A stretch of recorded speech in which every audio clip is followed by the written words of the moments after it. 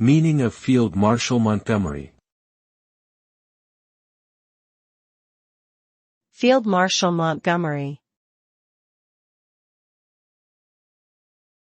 Field Marshal Montgomery. Field Marshal Montgomery. Field Marshal Montgomery. Field Marshal Montgomery was a British Army officer who served during World War II. He is best known for his leadership of the Allied forces in the Battle of El Alamein, which was a pivotal engagement in the North African campaign. Montgomery's strategic planning and tactical expertise helped secure victory for the Allies. After the war, he became a prominent figure in post-war Britain and was awarded numerous honors for his service.